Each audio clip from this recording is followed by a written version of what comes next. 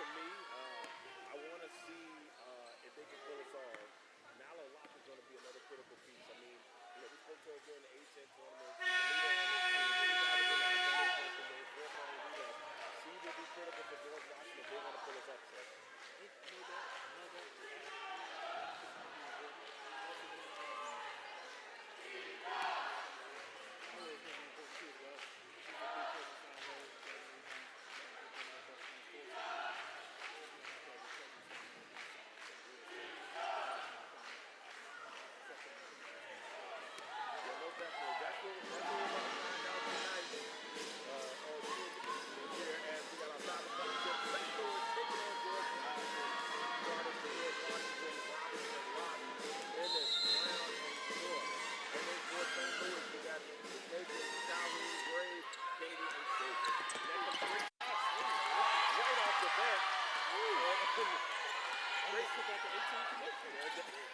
That's not the way we thought that would start, but George Washington has possession.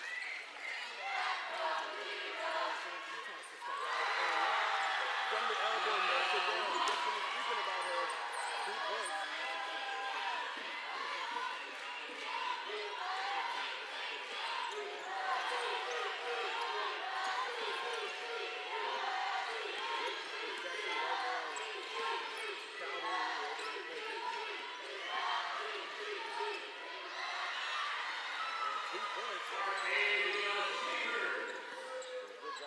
Shavers, and she gets the 2 points in the 2-2 contest. 9 minutes and 8 seconds here in the first period. How long did it get started, Russ?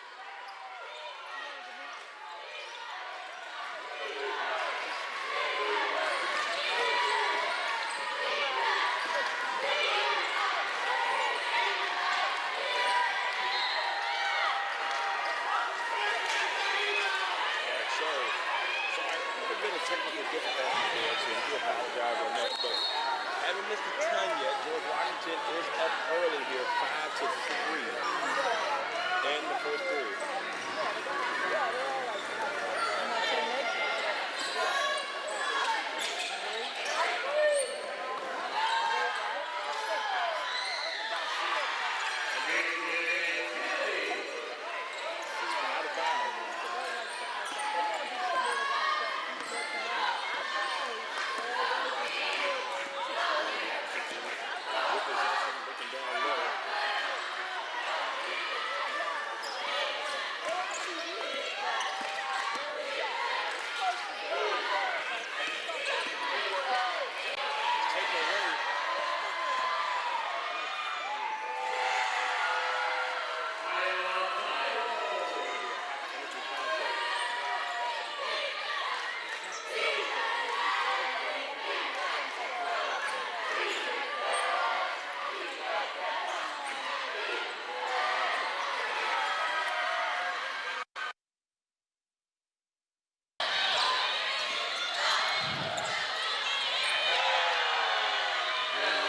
So a 10-5 start here for George Washington.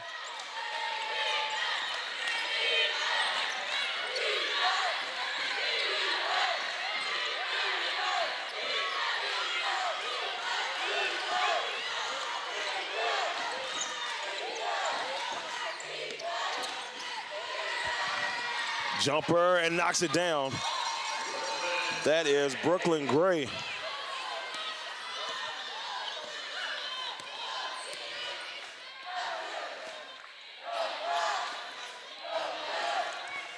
George Washington at the top.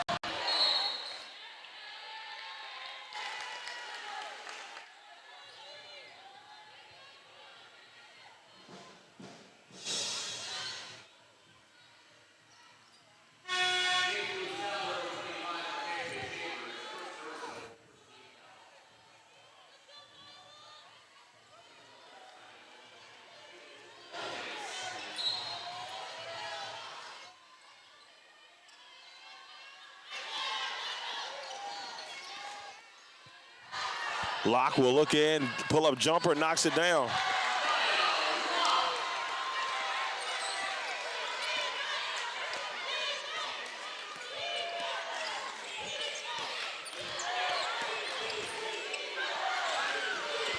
All right, so yeah, we had a little technical difficulties here at the beginning, and we do apologize about that.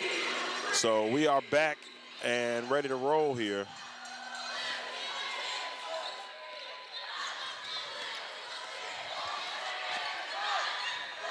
So 12-10, and that one hits off the glass. Rebound by St. Louis. Calhoun pushing all the way. A little bit short. George Washington takes possession. George Washington is just playing out of their mind right now. It's insane.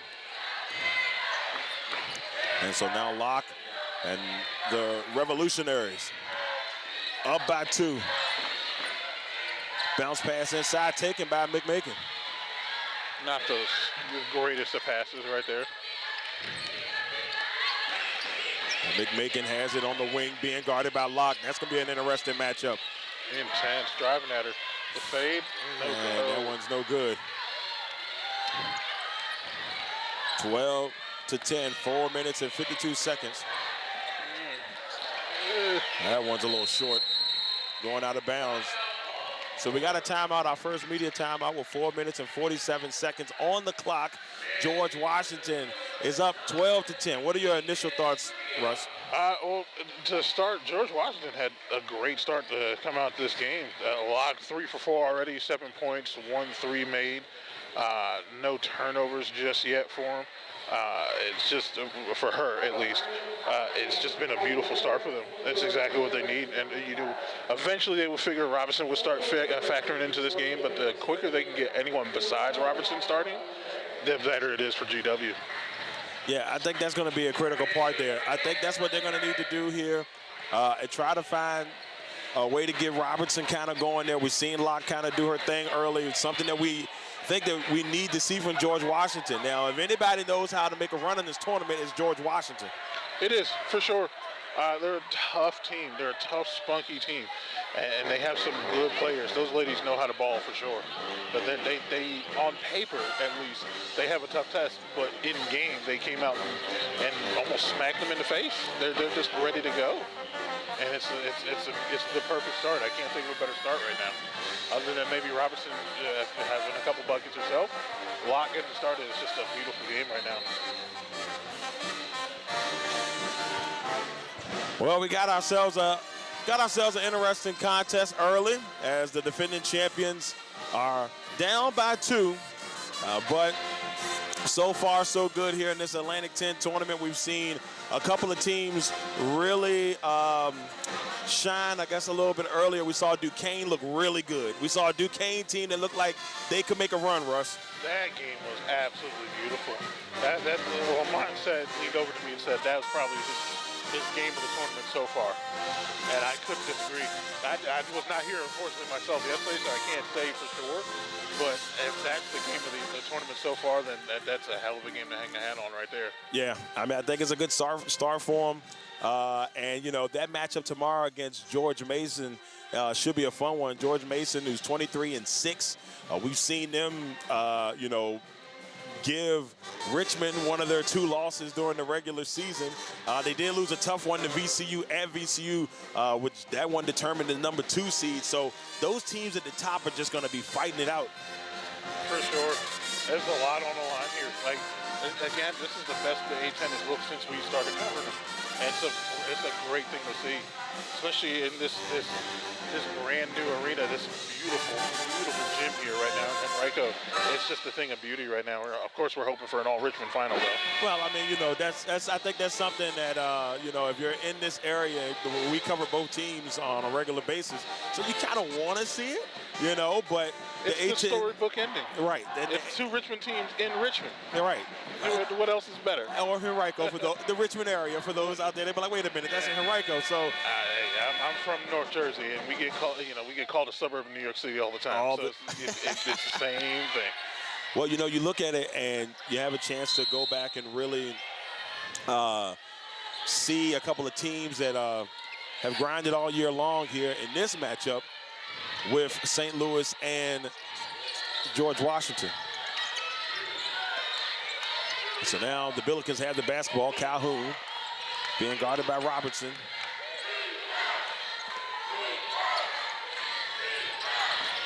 St. Louis really trying to get around that George Washington defense, and Calhoun's shot is blocked.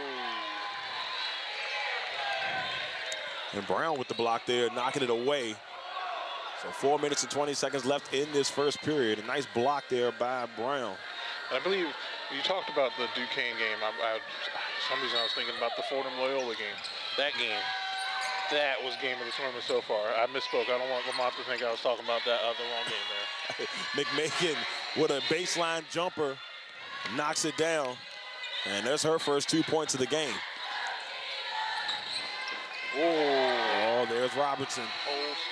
Cole said it right in her face. Just pulled up and laced it. 14-12. Almost lost it on that one, but able to retrieve. Now, these teams, well, George Washington in particular, gave Richmond a lot of trouble in their first A-10 contest at the very beginning of the season back in December. So this team can play. You can't look past either one of these teams, because as we've talked about, we've seen teams in the lower seeds make runs in the A-10. Yeah, for sure. I mean, as much pressure and well, not even pressure, but as much as we can highlight, the fact that both Richmond teams are 1 and 2. The last time 1 and 2 teams made it to the final of the A-10 tournament was 2020, and coincidentally enough, VCU was the number 2 seed then as well, but they lost to Dayton. Right, in Dayton, and then now we have a traveling violation, which will give George Washington the basketball back. 14-12. And St. Louis led by Rebecca Tillett, the second-year coach, able to get that first championship in year 1. Looking to maybe shock the world and get a second one in year 2. Always nice to have a ring in your rookie season. Yeah, you can't go wrong with that. Trying to win the ship. Lock driving. Oh, nice move, and it's blocked.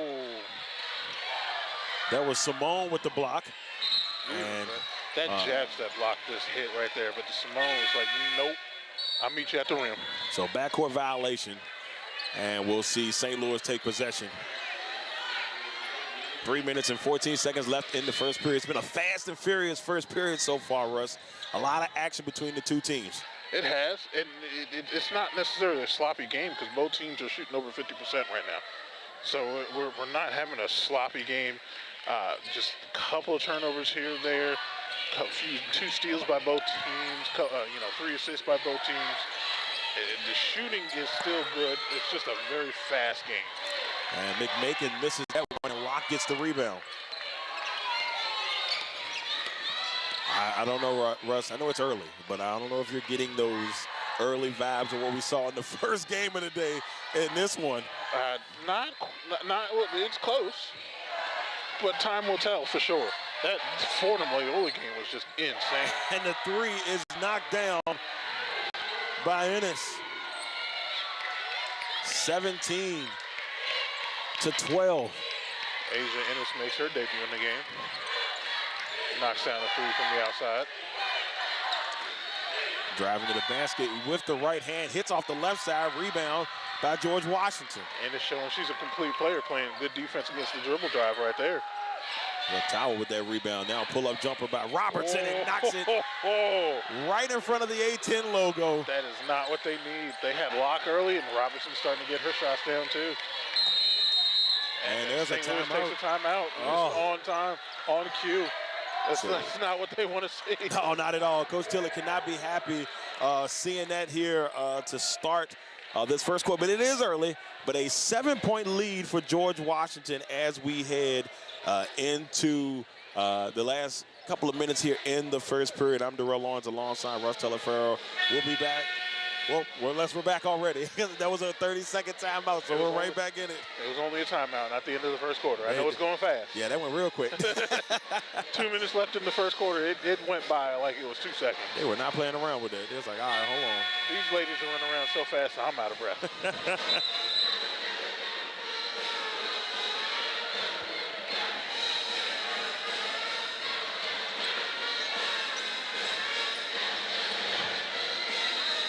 I guess I'd have to ask, because it's on my mind all the time, just how fortunate we are. I guess not even ask, just to say how fortunate we are to be in this beautiful new arena. And I said it already in this broadcast, but like this gym is beautiful. It's absolutely gorgeous facility here at the Henrico Sports and Entertainment Center here in Henrico, Virginia. It is a gorgeous brand new facility. This is the first NCAA tournament to be played in this arena, so I know it's got to be an absolute honor for the A10 to be a part of it. No and doubt. 2 points there for Tierra Simone. Only if the A10 was still headquartered down here in Virginia instead of up in D.C. Yeah. Newport News, but still, it would have been down here in Virginia somewhere. And Locks will go high off the glass, hit off the right side of the rim, rebound by the Billikens. Ooh, great, pushing it up hard behind the back. Was smooth. Ooh. Tried to go with the reverse, but it hits underneath the basket. And Simone will get the rebound. And she's in a little trouble there. She is being guarded heavily. GW is playing some smothering defense.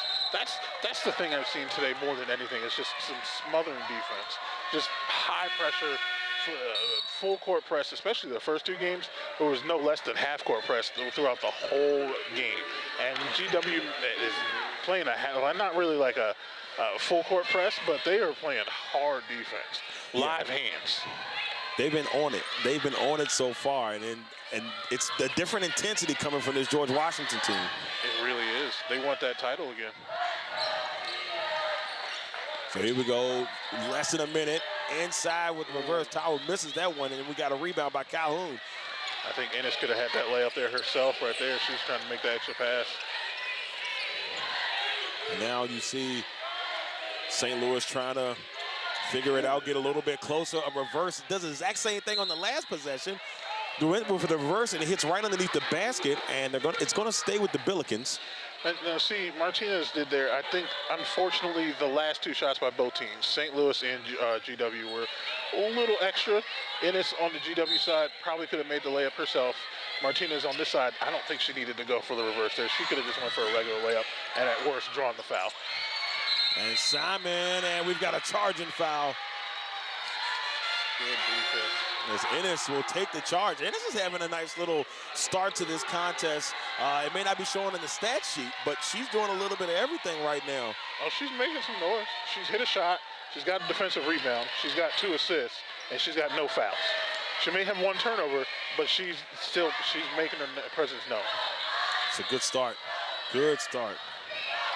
So we got 22 seconds left. A 5-point lead right now for George Washington early in this 7-10 matchup.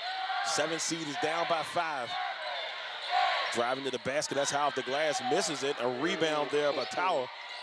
And a 3 opportunity by Robinson. One last shot right before the buzzer here. Still a couple seconds. Throws it up. Oh, and it hits off the backside of the rim. What a start. So close. What a right start. Sims had that tough bucket on the basket, and then St. Louis tried to answer real quick to that half court, and it looked like it was almost going to go in. So we head to the second quarter with the score 21-14. George Washington is up. Once again, everybody, thank you all for tuning into the Legacy Maker Sports Network. We'll be back here in just a second with some more from the Henrico Sports and Entertainment Center in Henrico, Virginia.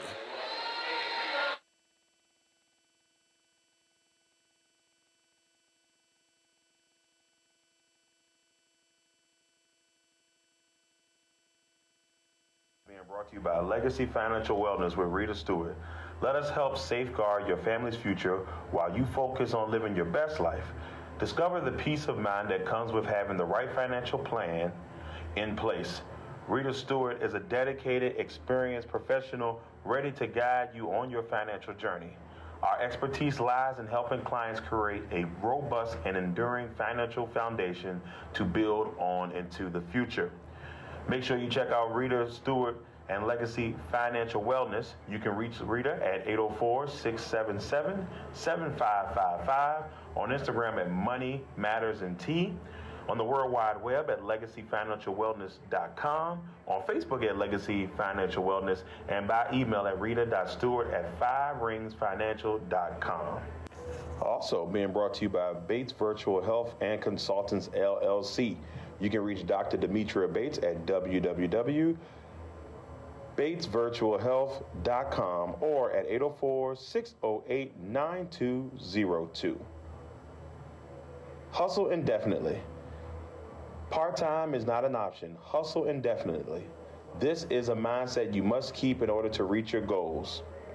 It will not be easy, and many will try to discourage you, making it more of a challenge. But in the end, it will make you stronger mentally and physically. So no matter what, don't give up, don't quit. It's not just a clothing line, it's a way of life.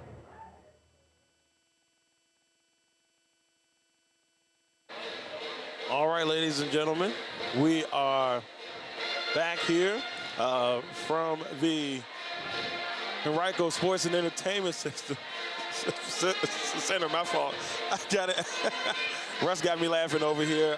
But we are here heading into the second quarter. Right now, the St. Louis cheerleaders are entertaining the crowd here at the Henrico Sports and Entertainment Center. And we've got a 21-14 lead right now for George Washington. Yeah. Like I said, the numbers don't always, show sometimes what the score actually should be. Both teams are shooting pretty good. But the key so far right now is the points off of turnovers. GW is taking advantage of St. Louis's mistakes. They've got 7 points off of the St. Louis turnovers to the 0 points for St. Louis off of the GW turnovers. Well, we're going to see what the second quarter brings us here. George Washington with possession. And there's a jump shot that misses the rim entirely and hits the backboard, but rebound by Calhoun. Calhoun looking inside there to Shavers, but her shot is going to be short. I think Calhoun could have taken that shot, pull up right there in a second, just hesitated. Nia Robertson. Ball. Good job there by Robinson off the glass, and she's going to head to the free throw line for a and-one opportunity. Off the glass with the right. 75% free throw shooter, so there's a good chance she's probably going to bank this and make the and-one. Yeah. But GW is playing exactly how they needed to play. But then again, it's like the 10 seed over the 7 seed isn't too uncommon in a tournament nowadays anyway. Now, if this is like 13-4, we might, or 12-4, we might have a different conversation. But sometimes these 7, 10, 8, 9 seeds are so closely matched, it's not that much of an upset in a sense. This is also true. I mean, and we saw that earlier with the 8-9 matchup. Yeah. I mean, Jesus Christmas, these games today have just been so much fun to just be here and watch again. It's a lovely thing. A lot of contact there. No foul call. No call, though. I'm very intrigued by that. The referee kind of just stared and was like, no, we're going to let him play. And now she's explaining why she didn't get it. And that was number 45, Brooklyn Gray, who was driving to the basket. And she seems to agree with the call now. I think she was looking for a whistle to keep the ball there. She was hoping for, you know, an offensive or a defensive foul, a late charge setup. 23-14, 8 minutes and 58 seconds. G-Dub with the basketball, trying to extend their 9-point lead over the defending A-10 tournament champions. Oh, hate to see that happen. Air ball. And Gray gets the rebound, and she's got someone with her, but decides to pull it out. Looks inside, and that ball goes flying out of bounds, and that looks to be Robertson who hits the floor. Unfortunately, it's not the first time she's taken a head dive today. No. But fortunately, she's okay from both. It's the hustle. It's the hustle. The hustle never dies. The struggle is real, as the kids would say. Yeah, and now we see Locke come back into the contest for George Washington.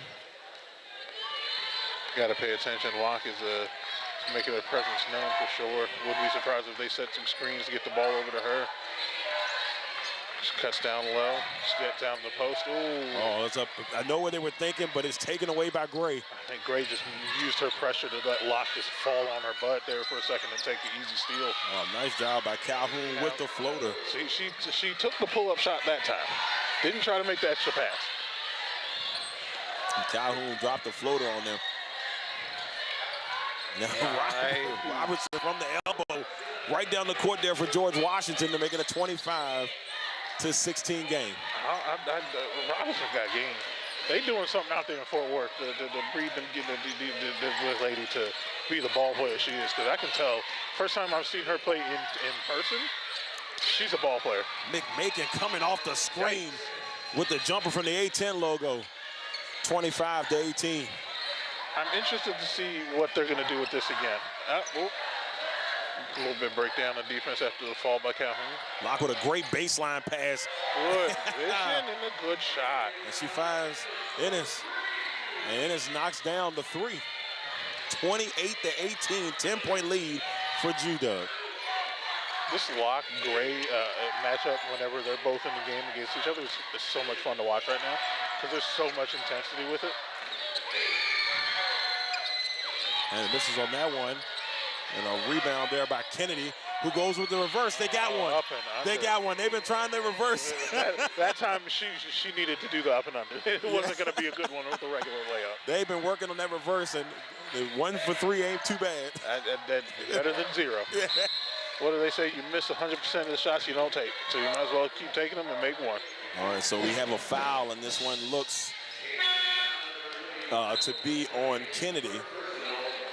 And we'll see for the first time Maxine Engel to come in the game for G-Dub. So 28-20, 6 minutes and 45 seconds left here in the second.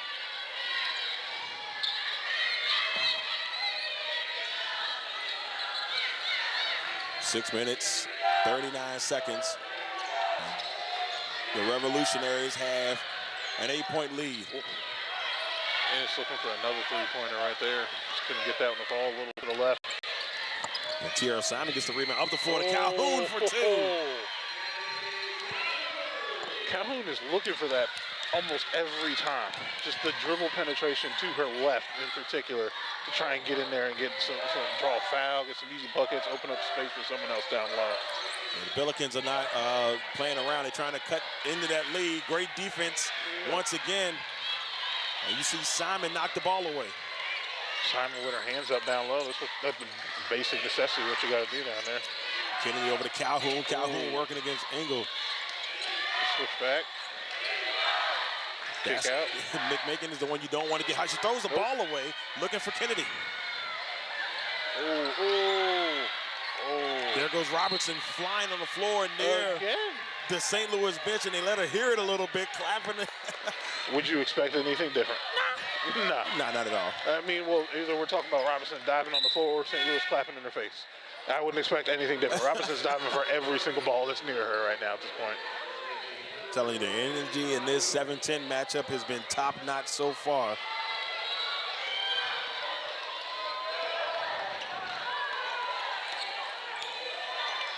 28-22, 5 minutes and 30 seconds. A little bit of a pump fake there by Martinez. It gives over to McMakin. Kind of gave Robertson a little bit of a push. And the ref is letting this go because she's watching. And McMakin puts it in for 2 to make this a 4-point game. That's what they need. To be honest, the refs have been letting them play for almost all these games today. All these games have been extremely physical, to say the least. Some a little bit more than others. Yeah. I don't know if there's some feelings that Loyola and Fordham need to work out. That game was physical. Yeah. But like the refs are letting them play, which I can only appreciate right now. I just hope it stays this way throughout because championship games, you want it to stay this way. I love the way the refs are calling this so far. So far, they're not going too far with the physicality, but these ladies are definitely trying to win this game for sure. George White coming flying right towards us once again. And I don't know, but the commissioner might be a bomb. She unfortunately is That's the second time. a reoccurring target right now. In this game. I'm glad we got the interview before she got hit. I don't want to see it happen. No, not at all. 28-24. And Martinez with the steal. Hustle, hustle, hustle has been the theme of this one. Martinez driving to the basket for 2. Basket. 28-26. They were down 28-18. They're on an 8-0 run. Martinez makes her first bucket of the day. George Washington hasn't scored in 2 minutes and 38 seconds. It's because they're turning the ball over. That's why. And now here comes turnover.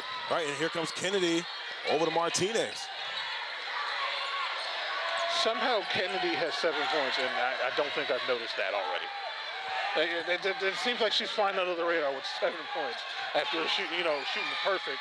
Speaking of Peyton Kennedy, she knocks down the 3, and St. Louis has taken the lead, Russ. I don't know if I've spoken into existence, but it just seemed like she was flying under the radar. But then you look down at the score sheet, she had 7 points on 3 for 3 for shooting, and just out of nowhere knocks down a 3 to get the pull St. Louis in front by 1. And so right now, Peyton Kennedy, a quiet 10 points, I guess you can say, but not quiet after that 3-pointer. The quietest 10 points I've ever seen in my life. 4 for 4 from the field, 2 for 2 from the 3-point line. She's got 2 rebounds along with that in 12 minutes of play. And what a great start by Peyton Kennedy. Yeah, really. I mean, that whole team right now, St. Louis, is still staying in this game. George Washington had their start. Locke came out hot. Robertson got a little bit of a hot start, but George Washington, pulled the front. St. Louis still stuck around with their 52% shooting so far, 66% three-point shooting. Only 1 for 3 from the line, but that's they haven't been to the line that much. But they have 16 rebounds so far to the GW's 10. It's an impressive start for this St. Louis team, especially where the way this game started, because you saw it didn't look pretty initially, and now just in this last, we're sitting at the media timeout, so pretty much from the beginning of the second quarter on, it's been the St. Louis show. This is going to give Fordham Loyola a run for game of the day, because it's tight, it's close, it's intense, it's efficient at that same time too, because they're both shooting 50% from the field, so they're making shots. They may not be able, taking the best shots available. They may be rushing a couple shots here or there, but they're making shots, and it's a beautiful thing to see where we are right now, coming this close to half. So a good start here to this second quarter. St. Louis is up 29-28 here with 4 minutes and 28 seconds left in this second quarter. But once again, I know we've been shining light on this place all day, but we have to talk about how great this place is. It's absolutely beautiful here at the Henrico Sports and Entertainment Center here in Henrico, Virginia. What are your thoughts overall so far of the arena? I think it's beautiful. At the very least, they're feeding us well too. So I can't be mad. You show up with free Chick-fil-A for lunch, and Olive Garden for dinner. I'm good. I'm gonna sleep good tonight. That's for sure. But everyone here has just been nice, and it feels good to have a place like this, in Richmond, to host tournaments like this, because God knows what's going to happen with the Coliseum and how that replacement's going to go, and it's nice to have something close to home, especially being the first year with the tournament and how VCU and Richmond are playing. It makes this place even more special. Well, the building is 185,000 square feet with 115,000 square feet of contagious court space. So if you're thinking about, hey, I need to go have an event here, well, guess what? It's going to be the perfect place, especially for all of those sports tournaments, AAU tournaments, you name it. The Henrico Sports Entertainment Center is absolutely gorgeous. Or if you're free on Sunday for the championship game, stop on by. You got to come by. It's the women's basketball is taking things to another level, and we're seeing it right here today. And up and under, bang. And they finally end the 11-0 run. They hadn't scored in almost 3 minutes, Russ. They hadn't, but St. Louis at the same time has made the last 5 shots. Including that 3 from Peyton Kennedy when she was having a quiet 7-point game. Yeah, I know, right? Well, just gently just sneaking in there and scoring points. But St. Louis has the ball, down by 1, 30-29. Ooh, Gray wanted to shoot that bad. Oh, she pulls up the dribble. Nope. It looked like she got hit on the wrist there for a second. And she was definitely... Yeah, she was praying for that call. She prayed for it. She was like, please let me get this call. And she gets just that. So she should be heading to the line. And it's... Technically, that doesn't count for a shot because it's a missed on a foul. So they'll still 5 for the last 5. Wow. Look at that. St. Louis is, like I said, being efficient. Doesn't mess up the groove. It doesn't. It doesn't. It sucks because it's a foul on Ennis, which I think might be her second? First, okay. But still, just even at that point, first or second foul, you don't want your role players like that when you have a lot of pressure on Robertson to kind of show up. You want your role players to stay foul-free. So Gray will try to make this 2 for 2, and she does. And this is a 31-30 St. Louis lead here with 3 minutes and 10 seconds left here in the first half. Ladies and gentlemen, I haven't said it on the broadcast in a while, but I love it when people make free throws. It's my favorite thing. He does love it. He does love free throws. I do. I just love it. And this is 3 will be short, but a good putback there by Good rebound by Brown. She tried. The effort is there for sure. The biggest thing is she's heading to the free throw line. Yeah, she is. Let's see what the efficiency is here. You know what I'm saying? GW hasn't made a free throw yet tonight. They've missed 1, but missing 1 still bugs me. Russ does not like people missing free throws. I don't, man. You just got to hold the button long enough to trigger to get it down in 2K. You know what I'm saying? Why can't you do it in real life? I'm just saying. And Brown will knock down the first. That's got to make you happy. It does.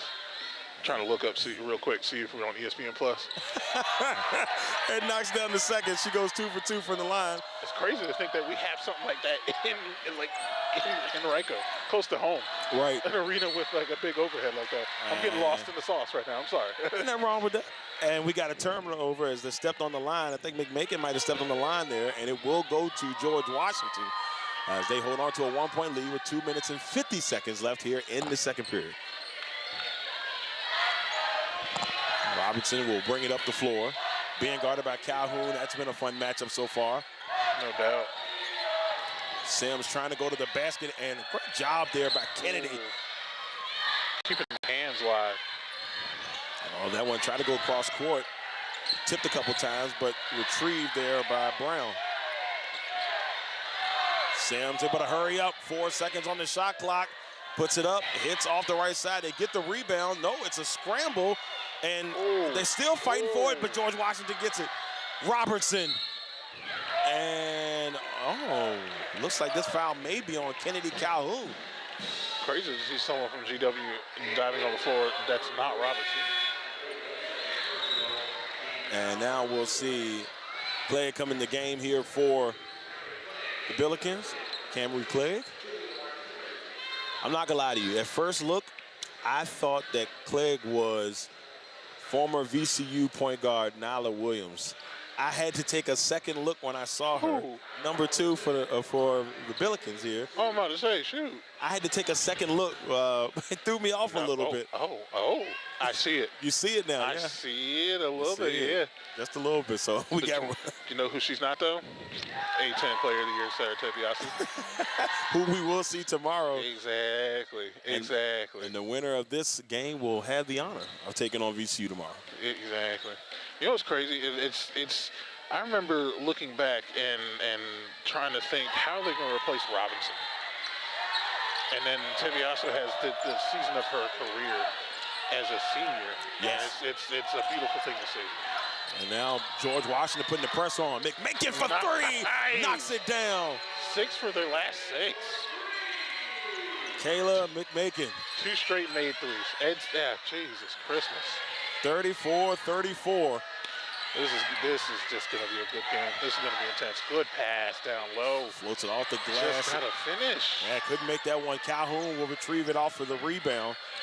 That, unfortunately, is another common theme today, is unable to finish that. McMakin for 3 off the back of the rim. Rebound by Tower. Tower just came out of nowhere and ripped that down like she was Shaq. 34-34. Minute and 26 left here in the first half, Russ. Ennis with the drive. Oh, and it's taken away by Kennedy. I don't know how I knew you were going to do that at the same time. Hey, look, the inner wrestling fan came out. So 34-34, and Locke will make her way back in the game for G-Dub. Yeah, I swear, if she makes any more buckets tonight or during this any tournament that we're calling, I don't care if I have a mic on or not. I'm going to steal it from you guys and yell that into the mic. I don't care. I'm going to be right behind you because I need to say that from now on.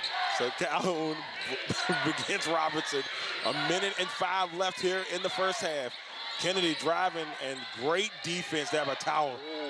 Oh, she had to fight on that one, and it's a charging foul.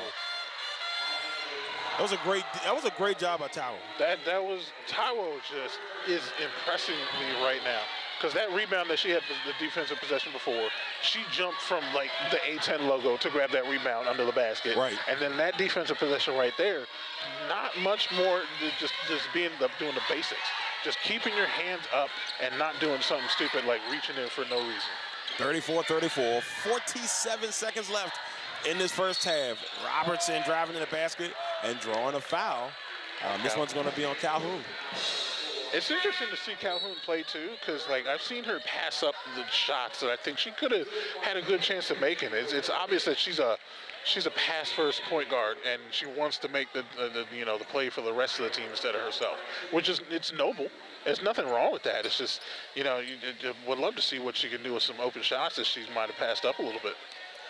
Free throws are keeping this George Washington team in this contest right now. They do have the lead. Did I not say that they are important? And here's the thing: they haven't scored a field goal in 3 minutes, but the free throws are keeping them alive. Ask the A10 commissioner right now how important these free throws are. Ask her. I dare you. Ask her. Right now, at halftime. Hey, get her on the mic. Over there, Kennedy. McMakin has it. Kennedy. Off the back of the rim. Almost for Canada. And Robertson pushing it up the floor. Ooh, fast. She almost got lost. She was for a second. She's going so fast. Locke back in the game finally. She looked like she was gone for a good minute. 36-34, and Locke looks like she's going to take the final possession here. Ooh. The shot clock and the game clock are simultaneous at this current time, or close to it. Maybe a second. Ooh. Oh, she's looking inside. She lost it. 4 seconds. Driving, Gray from half court, and it's going to be short. And that's how we end the first half. 36-34, Russ. This is intense. What a game that we've got so far for our first broadcast. Who knew that the first broadcast would have so much energy? I love it. I love it. It's like, you missed the first game. Let's see what you can do with the next one. Well, it's a really good start so far as we are about to hit halftime here at our Atlantic 10, 2024 Atlantic 10 Women's Tournament. The defending champions, St. Louis Billikens, are down by 2 to the number 10 seed, George Washington Revolutionaries, 36-14 in this 10-7 matchup. Russ, looking at some of the stats here, the big stat, the one that we talked about the most so far, free throws. George Washington is winning this game because of their free throws.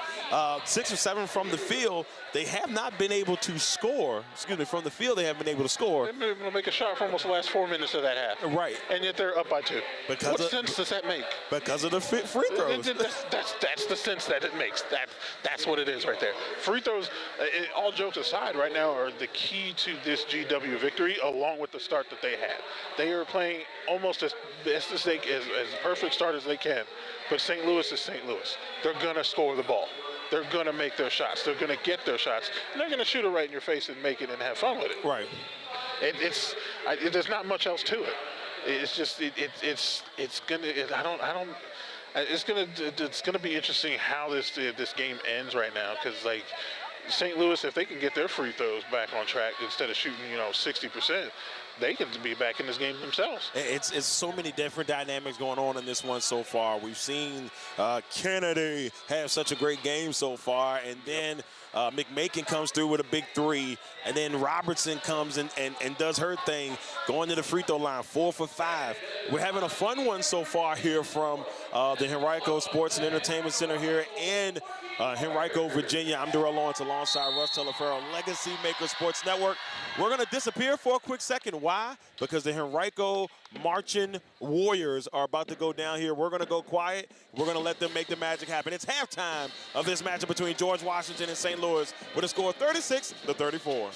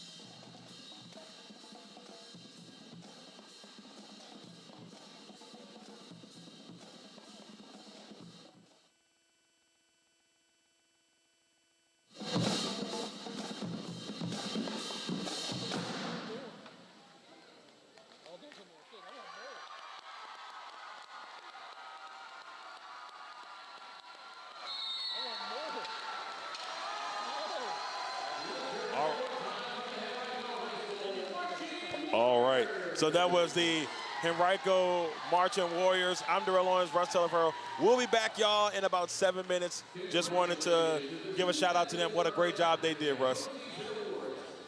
That was awesome. They did a heck of a performance. They better come back on Sunday for the halftime. That's what I'm saying, though, right? That was awesome. It was green and gold, just excellence. So, and not Amelia County. Hey, man. I'm just saying. Hey, man. Amelia County, you got to step your game up with that green and gold right there. Can we talk about my green and gold like that? I ain't trying to dog them. I'm just saying there's green and gold done right there. It's green and gold over everything. Over everything. Shameless plug. All right, everybody. We'll be back in just a little bit here from the Atlantic 10 Women's Championship in Henrico, Virginia. We got George Washington up 36-34 over the defending tournament champions, St. Louis Billikens.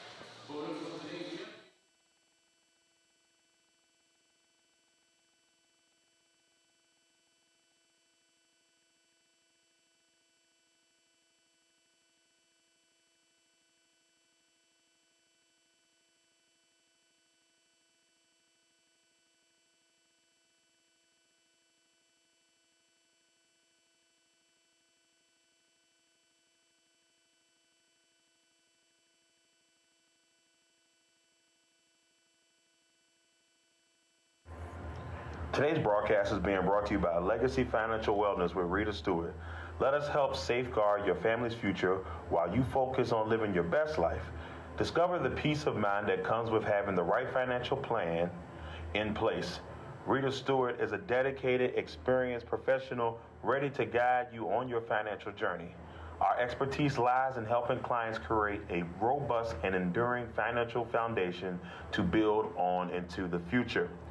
Make sure you check out Rita Stewart and Legacy Financial Wellness. You can reach Rita at 804-677-7555, on Instagram at Money Matters and Tea, on the World Wide Web at LegacyFinancialWellness.com, on Facebook at Legacy Financial Wellness, and by email at rita.stewart@fiveringsfinancial.com. Also being brought to you by Bates Virtual Health and Consultants, LLC. You can reach Dr. Demetria Bates at www.batesvirtualhealth.com or at 804-608-9202. Hustle indefinitely. Part-time is not an option. Hustle indefinitely. This is a mindset you must keep in order to reach your goals. It will not be easy, and many will try to discourage you, making it more of a challenge. But in the end, it will make you stronger mentally and physically.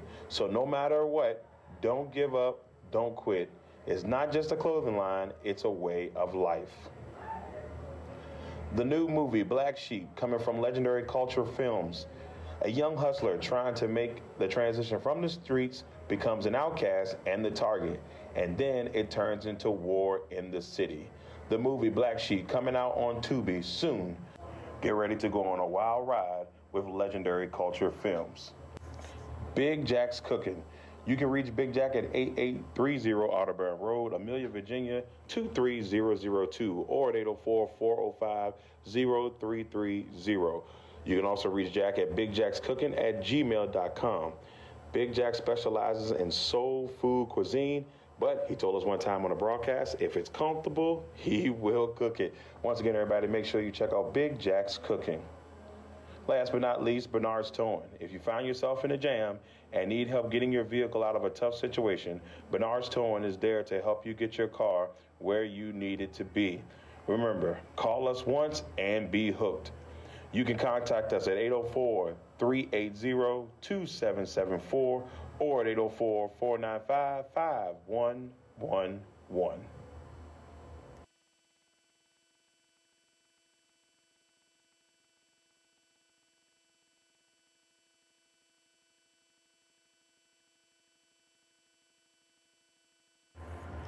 Today's broadcast is being brought to you by Legacy Financial Wellness with Rita Stewart. Let us help safeguard your family's future while you focus on living your best life. Discover the peace of mind that comes with having the right financial plan in place. Rita Stewart is a dedicated, experienced professional ready to guide you on your financial journey. Our expertise lies in helping clients create a robust and enduring financial foundation to build on into the future. Make sure you check out Rita Stewart and Legacy Financial Wellness. You can reach Rita at 804-677-7555, on Instagram at Money Matters and Tea, on the World Wide Web at LegacyFinancialWellness.com, on Facebook at Legacy Financial Wellness, and by email at rita.stewart@5ringsfinancial.com. Also being brought to you by Bates Virtual Health and Consultants, LLC. You can reach Dr. Demetria Bates at www.batesvirtualhealth.com or at 804-608-9202. Hustle indefinitely. Part-time is not an option. Hustle indefinitely. This is a mindset you must keep in order to reach your goals. It will not be easy, and many will try to discourage you, making it more of a challenge. But in the end, it will make you stronger mentally and physically. So no matter what, don't give up, don't quit. It's not just a clothing line, it's a way of life. The new movie, Black Sheep, coming from Legendary Culture Films. A young hustler trying to make the transition from the streets becomes an outcast and the target, and then it turns into war in the city. The movie Black Sheep coming out on Tubi soon. Get ready to go on a wild ride with Legendary Culture Films. Big Jack's Cooking. You can reach Big Jack at 8830 Audubon Road, Amelia, Virginia 23002, or at 804-405-0330. You can also reach Jack at bigjackscooking@gmail.com. Big Jack specializes in soul food cuisine, but he told us one time on the broadcast, if it's comfortable, he will cook it. Once again, everybody, make sure you check out Big Jack's Cooking. Last but not least, Bernard's Towing. If you find yourself in a jam and need help getting your vehicle out of a tough situation, Bernard's Towing is there to help you get your car where you need it to be. Remember, call us once and be hooked. You can contact us at 804-380-2774 or at 804-495-5111.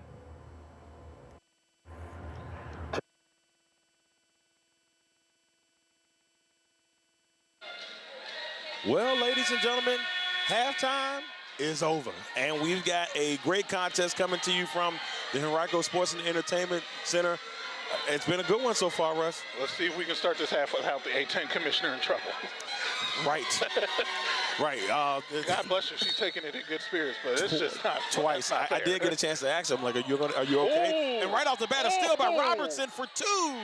Oh! Well. Now look at that smile. She's ready to go. Well. She is ready to go. I don't know what Coach McCombs told him at halftime, but that's the way you started. Oh, she's ready to go. They're trying to start this first half just like the second half like the first half. Man, what a great job. That was nice. So 38-34, G-Dub is up. 9 minutes and 35 seconds early in the third quarter. Martinez gets in a little bit of trouble. Kick out. Oh, good D. Oh, great pass by Kennedy. Inside to Simon. Kennedy. So 38-36. 9 minutes and 16 seconds. And we got ourselves a game as Robertson for a three off the right side. Rebound by Simon, who gave a little push there. Little bump to Brown, but it will stay. Some gamesmanship there. Nothing wrong with that. You know, some gamesmanship. Just let her know I'm here. I got this ball. Simple. I saw Simon limping a little bit, but she seems to be okay. Kind of work it out. Yeah, it's a little bit of a limp, but I think she's a tough player. This whole team. What I love about both these teams right now is that they're both team. They play for each other. That's what I'm trying to say. They play for each other. They're playing for the woman next to them, and that's lovely team ball when they got that. That's a key element. That is an extremely big element. You got to have that. And on the miss, here comes George Washington up the floor, and Locke has possession against Martinez. She drives on the left side. Oh! Hard fall. But both players get up. Okay. It's been that way. Hustle. A lot of physicality so far in this one. Another wrestling reference: hustle, loyalty, and respect. Yes, definitely a John Cena-esque game going on here between George Washington and St. Louis. What's it like? 20-some-odd days until WrestleMania, I think. Yeah, that sounds about right. We're just doing some wrestling analogies. Would you expect anything less from us? Just a little bit. So now Robertson with a little jab step, then drives, misses the jumper right behind that free throw line. And here comes Martinez leading the Billikens up the floor. Hate to see the miss, but Robinson's got some swag to start this half. And so we see Martinez will drive to the basket, pick up a foul, and now she's going to head to the free throw line with the score 38-36. With 8 minutes and 21 seconds left in the third, and Martinez will make her way to the free throw line. Would have loved to turn around and ask BCU what they think of their possible future opponent is during half, because they seem as intently watching this game as we are for sure. They look like they know that they're going to have a tough one. And whoever if they play the way they play now, had a little bit of Price is Right going on there. Then who knows how that game could go. But 38-36, Martinez missed the first, makes the second. Thank you. Make your free throws, people. Make your free throws, ladies and gentlemen. That's all I need. That's all that Russ asks for. That's all I ask for. You can miss a 3 or 2, but make your free throws, please. Those are the free ones. 38-37. Brown driving inside against Kennedy, and a great job by Simon with a little help defense. Kennedy with the hard defense, but no fouls. And then there's a loose ball violation, unfortunately. And another common theme in this game is players falling to the floor. Players hitting the deck. And here comes the Henrico marching band again, walking behind us. I gotta shout them out again, because that halftime performance was just beautiful, man. Yeah, that was awesome. They did an extremely good job. Those are like 15, 16, 17, 18-year-old kids that had the whole place rocking. They were doing, they had the cymbals through the legs. They had groove. They had the soul. My knee started hurting watching it. A little jealousy. A little jealousy. You couldn't move like that anymore outside of a video game. But it's okay. You had a good performance. God, I hope they come back on Sunday. Me too. 38-37. And a 1-point lead for George Washington. And Russ, you were talking about VCU. Both of these teams lost their games to VCU. St. Louis losing 76-67 against VCU, and then we saw George Washington lose 71-51. Yep. So both teams will be looking for revenge, and if they win this game against VCU. And what better way to get revenge than knock them out in their home area? That would be the lovely story for them. But I think that those scores tell us the story of St. Louis's offense being a little bit more potent against the VCU defense there. GW, relying so much on Robinson as their main scoring threat. A lot of pressure on the rest of the team. And they couldn't get over that. They barely got over that 50 hump. Or meanwhile, St. Louis scored almost 70 on them. So Gray will take it out with the score 38-37, and Billikens basketball. But you're right. Whatever happens or whoever wins this game will have a challenge on their hands against Sarah Tibiasu, the Atlantic 10 Player of the Year. And then Mikael Parham, who you talk about, and a great shot there. That was Brooklyn Gray. The turnaround fade. To make this a 39-38 game in St. Louis' favor. Man, who would have thought that Tibiasu-Parham combo would have turned out this lovely this year? I knew it would be good. I didn't know it would be this good. A10 Player of the Year, Tibiasu-Parham. I know she got on the list too as well for A10 awards too. So it was a lovely thing to see. And then you saw Sotelo make the freshman team. So a lot of awards for that VCU team. And we'll see how they play against the winner of this game tomorrow. Right now, we've got a George Washington 40-39 lead right now after a great jump shot by Ines. Continues the great tradition of dominant point guards at VCU. Yep. That's for sure. That knocks down the three. Good shot. She's been quiet for a minute. I think that's their first field goal in like 3 minutes. That took a minute. They ended that streak of not being able to get a basket. Yeah. And they're ahead. Why? Because they made their free throws. Thank you. I'm just saying. So here's the thing. They're 6 for 7 from the free throw line, and they are up by 4. So Because, I mean, here's the thing. If the way they've shot the ball. Well, they both have had 7 free throw attempts. Now, St. Louis has missed 2 less, 4 for 7, and GW is 6 for 7. But those 2 points in this tight of a game, that right there could decide it. It means a lot. It really does. Locked for 3. Off the back of the rim, rebound by Simon. And Simon will give it over to Calhoun. Now Calhoun pushing the pace up the floor. Gives it off to McMakin, who thought about she does take the shot, and it's an air ball. Simon tried to bring it in, but somehow it touched off the back of the head of Locke and went out of bounds. McMakin was thinking about that drive until she ran into the wall of Taiwo. Touche. Touche. She definitely saw Taiwo and said, I'm going to think twice about it, and decided to go with the fade. I like the combo, though. But the Taiwo and Locke right now, because, Locke is the long stretch forward, and Taiwo is just that presence down low that scared the other ladies away.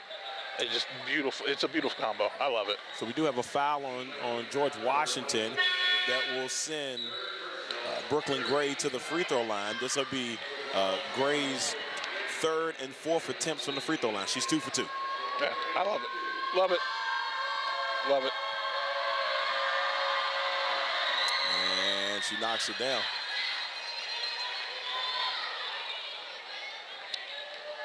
(43-40). St. Louis down by 3. And she knocks them both down. So she's 4 for 4 today from the free throw line. Yes, I do like it. You know I do. You know I do. 43-41. Robertson with the spin move, and it's knocked away by Simon. Taken by Calhoun, and here come the Billikens with a chance to tie the game or take the lead.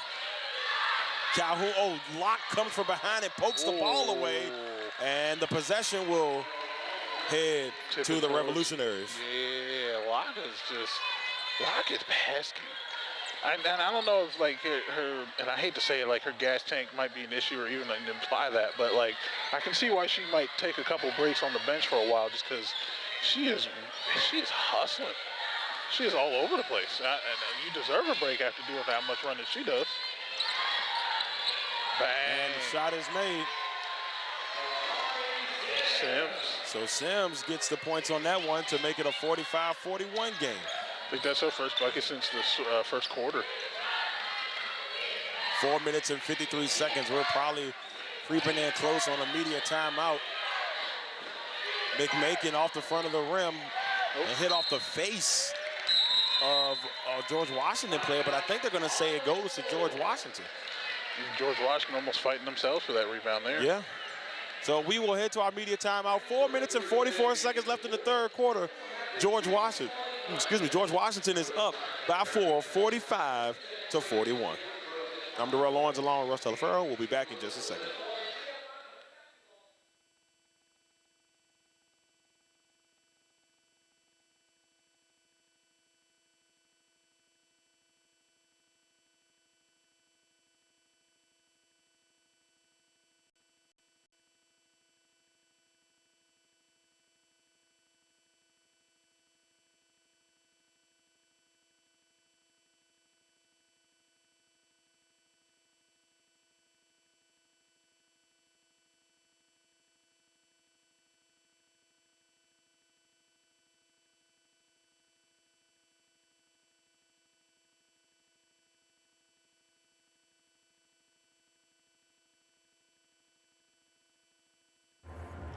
Today's broadcast is being brought to you by Legacy Financial Wellness with Rita Stewart. Let us help safeguard your family's future while you focus on living your best life. Discover the peace of mind that comes with having the right financial plan in place. Rita Stewart is a dedicated, experienced professional ready to guide you on your financial journey. Our expertise lies in helping clients create a robust and enduring financial foundation to build on into the future. Make sure you check out Rita Stewart and Legacy Financial Wellness. You can reach Rita at 804-677-7555, on Instagram at Money Matters and Tea, on the World Wide Web at LegacyFinancialWellness.com, on Facebook at Legacy Financial Wellness, and by email at Rita.Stewart@5ringsfinancial.com. Also being brought to you by Bates Virtual Health and Consultants, LLC. You can reach Dr. Demetria Bates at www.batesvirtualhealth.com or at 804-608-9202. Hustle indefinitely. Part-time is not an option. Hustle indefinitely. This is a mindset you must keep in order to reach your goals. It will not be easy, and many will try to discourage you, making it more of a challenge. But in the end, it will make you stronger mentally and physically. So no matter what, don't give up, don't quit. It's not just a clothing line, it's a way of life. The new movie, Black Sheep, coming from Legendary Culture Films. A young hustler trying to make the transition from the streets becomes an outcast and the target. And then it turns into war in the city. The movie Black Sheep coming out on Tubi soon. Get ready to go on a wild ride with Legendary Culture Films. All right, ladies and gentlemen, we are here. It's 4 minutes and 44 seconds left in the third with a 4-point lead for George Washington over St. Louis. It's already the third? I don't know why I don't feel like the third quarter right now. It's when you're having fun. Time flies when you're having fun. It really does, man. 45-41. Locke has possession for the Revolutionaries. Still getting used to saying that. They were the Colonials for a long time. A couple years ago, decided to change the name to the Revolutionaries. Bro, I'm still getting used to it myself. As Robertson knocks down the jumper. With the pull-up from the top of the key. And I'll be honest with you, this might be the second biggest lead they've had. And it's only, what, 6 points? Yeah. It's crazy. They were up by 10 at one point. That just don't sound right, though. Back in the first. You know this don't sound right, too? The fact that St. Louis hasn't made a shot in 3 minutes. That also doesn't sound right. McMakin had to throw that up there. I don't know if she got contact, but that shot was just wild. But she laughed it off, though. And it looks like it's going to be George Washington basketball. Yeah, I mean, after it touched the top of the basket, I think that's counted as a turnover. I think she's looking for the ball. So what happened here? I don't know. Shoot, that almost looks like she got contact when she was trying to shoot it. Either that or it was just a wild shot that just ended up on top of the backboard. And I think they might have been looking at the possession arrow. And so the possession arrow was in St. Louis's favor. So because of the play, and I guess somebody may have blocked it out and whatever, they decided to give it to St. Louis. So St. Louis has possession of the basketball. That's what I thought. Shoot, it looked like it was contact on the ball. Martinez inside to Kennedy, who's been a little quiet here in the second half. Kennedy trying to force it down there to Martinez down low. Might have just been not the best advised pass right there for her on that option. Right. So 47-41. As we see the Revolutionaries hold on to a 6-point lead. Brown has it in the corner. Pump fakes. Will give it over to Sims. Sims working against Martinez. Hard defense by Martinez. And Brown's three found a way to get in. Shots. It thought about it. Took a couple bounces off the rim. Goes in. I hate saying shocked, but like it'd be a little bit of a surprise to see, especially if they extend their lead and pull away, if GW actually pulls this off. And I don't even want to call it an upset. It's a little bit of a shock. Yeah, and Essence Brown, who made the three, who comes from Galax, Virginia, who's been a single A powerhouse in Virginia for years on the high school level. Oh, she's a baller. You can tell just by looking at her. She's a baller. And but so you know who has the full baller outfit, though? Who is that? McMakin. The headband and everything. She got the hair up. She got the tape on her leg. She got the swag. But Robinson, I like her game, too. She got swag. That's that 7-5-7 game for those who come from Virginia. You know, I'm just saying, man. 7-5-7 produce so many great athletes. Michael Vick, Allen Iverson. We can go on. Gabby Douglas. It just goes on and on. If you want to throw it out there, it may not have been an athlete, but Pharrell Williams is from Virginia Beach, too. Timberlake throw it in there. Timberland, yeah. Yeah. That's right, Timberlake. I said Timberlake. I like Justin Timberlake too. That's what I'm here for, boss. I'm your correctional dictionary. Right? I appreciate it. Just don't mispronounce any names. So, I don't want to put you out on blast on the podcast. I will say this. I feel really good, knocking on wood. It's been pretty solid today. Ain't no wood, so you're about to mess up now. I can't say what Game 2 is going to have installed for us when we see the 6-seed Rhode Island Rams take on the 11-seed Dayton Flyers. I've always had a fun time watching Dayton. Yes. It's just, especially after, we went to the tournament in Pittsburgh a couple years ago. Dayton was a fun team to watch. They won the 2020 tournament, like I said, the last time that the 1 and 2 seed actually made it to the finals. Right. Dayton did beat VCU, so that Dayton, for some reason, is like, in my memory, I got to equate it to something else. I equate it to Pittsburgh in the early 2000s Big East football. They may not be the best team, but god dang, they're going to give you their best game. Well, the first year that myself did this, the entire tournament, myself and Rob Johnson, who you'll shouts hear. out. Yeah, so you'll hear. Hardest working man in show business. Yes, most definitely. And you'll see me and him and Russ do the first broadcast tomorrow when we see Richmond take on Chicago. Loyola Chicago. I always want to flip it. Luke. They call him Luke for short. So the Ramblers. We'll see them tomorrow. And Rob and myself did that first tournament. And we saw George Washington, the high seed, come through. They were the 8th seed in that tournament. They knocked off Dayton. They ended up beating St. Joe's in the finals. And, so it's like when you're a 7-time champion in the Atlantic 10, your program has a lot of clout in the A-10. So 7-time champion. The tournament's only the A-10 championship's only been around since I think 2012. I want to say. So just over.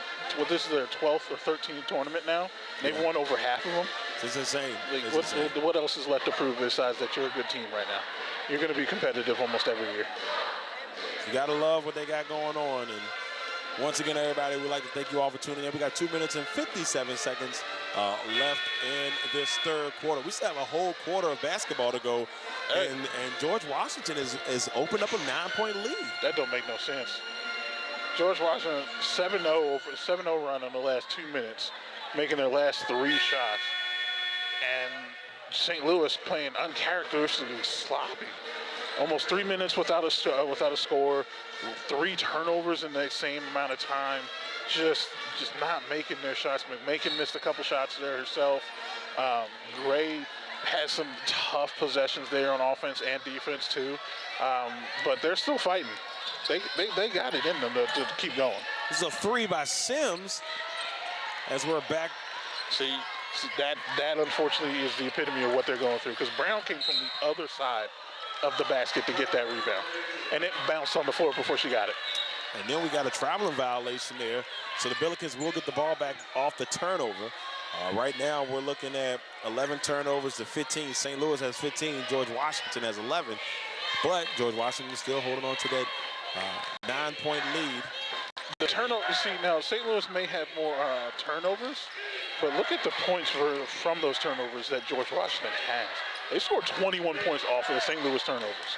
They're capitalizing off their mistakes. Canada. Sorry. Peyton Kennedy knocks it down. Couldn't help myself. But you got to do it, though. I mean, I want her to score every point from now on for both teams. 50-43. They'll probably be tired of his head saying Kennedy. They better get used to it. Sorry, y'all. 50-43, 7-point lead here for George Washington. They have possession. 2 minutes and 3 seconds. Locke has possession of the ball. We'll swing it over to Sims on the wing, being guarded by Kennedy. I'll say it, boss. Don't worry. I'll say it. Don't worry. I know when to cue myself up. Locke locks in for 3. With the bucket. And gives George Washington a 10-point lead. This is, can you, I don't know why it's shocking me so much right now that we still have a whole nother quarter. There's a whole nother 10 minutes after this. We do. But the interesting part is if this game feels way closer than the 10-point lead. It kind of does, because you saw GW get out to that good start, and then St. Louis come back. That looked like a travel. Not even gonna lie, I'm not a ref, but hey. But like St. Louis came back, they started making their shots, they started playing their game, but like, ooh, Locke was animated there. The foul call, she is ready to go. But like this, the score does not match for some reason what the game feels like. Right. This game feels like a 53-52 and a half game right now. That's how crazy this game feels like right now. Well, McMakin drove to the basket, took a lot of contact. Now she's going to head to the line for 2. And as Russ says, it's very important to hit these free throws. They're going to need to hit these free throws. As McMakin will knock down the first. 53-44.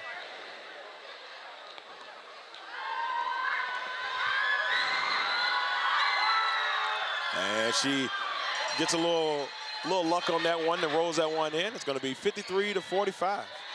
She joins Kennedy as the other double-digit scorer now for St. Louis. Brown has it at top, being guarded by McMakin.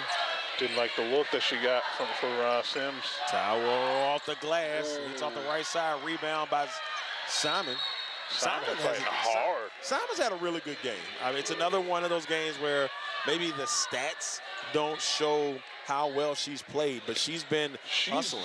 She's tough. She's making them hustle plays. Now, I mean, for me, the stats show up because I like it. Like, maybe only, 4 points, but the 9 rebounds. Oh, maybe 10 now, actually, after that. But, 9 rebounds, almost 10 rebounds in the game. She's making an effect in it. You're not going to have no effect on the game when you have 10 rebounds on it. It's been a really good job.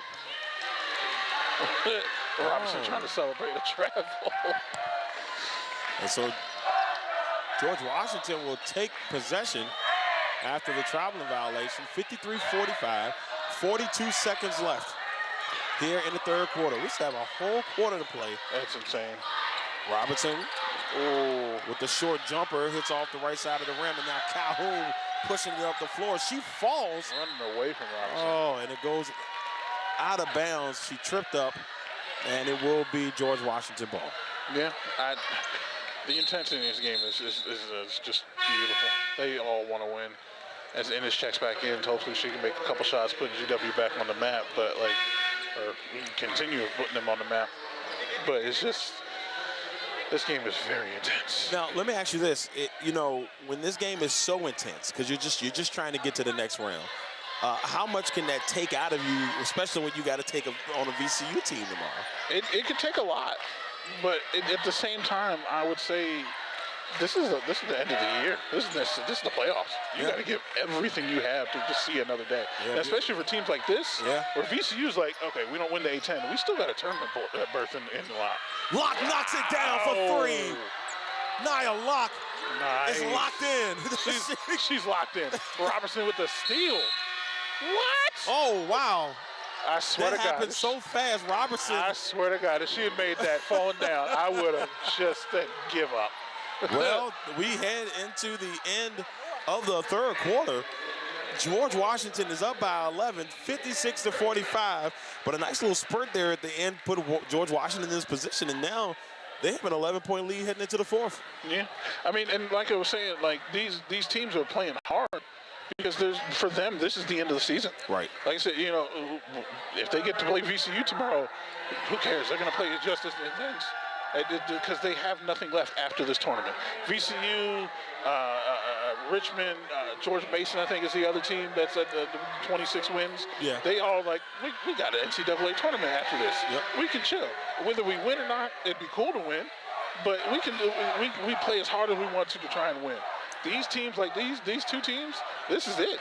They want. There's no tomorrow for them if they lose. They're putting it all out there. Well, there's definitely a strong chance that we see the A-10 with 2 to 3 teams in there. And most of the years we've been here. Book it right now. There's 3 teams in A-10. At least 3. At least 3. And especially if George Mason somehow makes the semifinals and upsets Richmond or VCU. I agree with that. I think you have to almost let them in after that point. The A-10 is 8th in the country right now in strength of conference. That's why I'm saying 3 for sure. God bless them at the 4 seed. Who else is left as the 4 seed?